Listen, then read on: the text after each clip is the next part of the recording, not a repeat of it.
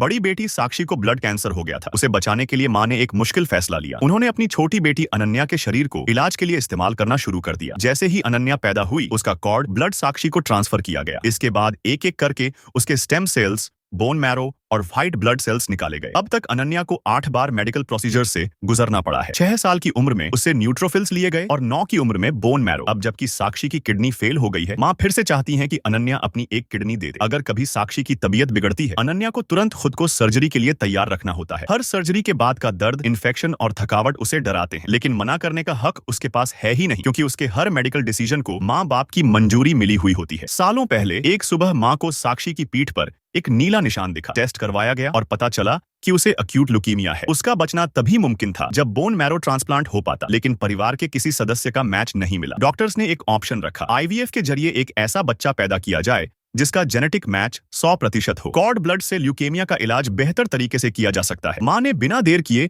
यह प्रस्ताव मान लिया और इस तरह अनन्या का जन्म हुआ, एक उद्देश्य के साथ। जन्म से ही मेडिकल प्रोसीजर्स झेलते झेलते अब जब अनन्या बड़ी हुई तो उसने सवाल पूछना शुरू किया, लेकिन जवाब में उसे मिला थप्पड़ और ताने। दोनों बेटियां थीं, लेकिन एक को जीने का हक मिला, दूसरी को बस अपनी बहन के लिए जीना था। थक हार कर अनन्या ने एक जानी मानी वकील आरती मिश्रा से मदद मांगी। फाइलों का ढेर देखकर आरती चौंक गई, लेकिन जब उन्होंने अनन्या की आंखों में मजबूती देखी तो उन्होंने केस ले लिया, क्योंकि वो खुद भी एक नर्व डिसऑर्डर से जूझ चुकी थी और दर्द की भाषा समझती थी। मां को जब कोर्ट से नोटिस मिला, वो हैरान थी। उन्हें लगता था कि अनन्या को बस एक किडनी देनी है और वो भी मना कर रही है। ये खून के रिश्तों का अपमान है उनके हिसाब से। लेकिन अनन्या ने कहा, डॉक्टर बोले हैं कि अगर मैंने ये सर्जरी करवाई तो मुझे जिंदगी भर संभल कर रहना होगा। मैं ऐसी जिंदगी नहीं चाहती। उसे नॉर्मल लाइफ चाहिए, स्पोर्ट्स खेलना, अपनी पसंद की चीजें खाना पीना, यहाँ तक कि मां बनना। लेकिन एक किडनी के साथ ये सब एक रिस्क है। मां ने उसे खुद गर्ज कहा। पिता ने ये सब देखकर पहली बार मां से अलग राय रखी। वो अनन्या को अपने फायर स्टेशन ले गए और देखा कि वहां वो पहली बार खुलकर मुस्कुराई। उन्हें एहसास हुआ कि उन्होंने कभी अनन्या से नहीं पूछा, तुम कैसी हो, बस हमेशा उसकी जरूरतें